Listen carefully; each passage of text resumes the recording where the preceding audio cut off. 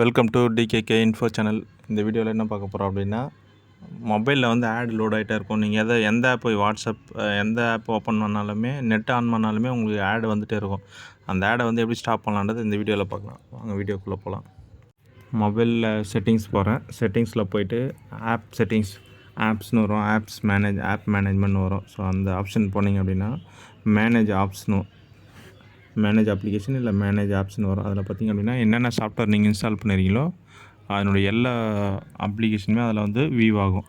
So லைனாக check பண்ணிட்டு வந்தீங்க அப்படின்னா எல்லா அப்ளிகேஷனுமே வந்து இன்பில்ட் அப்ளிகேஷன் நீங்கள் இன்ஸ்டால் பண்ணது ரெண்டுமே வந்து வித் லோகோவோட அந்த கம்பெனியோடைய லோகோ வந்து லெஃப்ட் சைடில் வந்து வியூ ஆகிருக்கும்.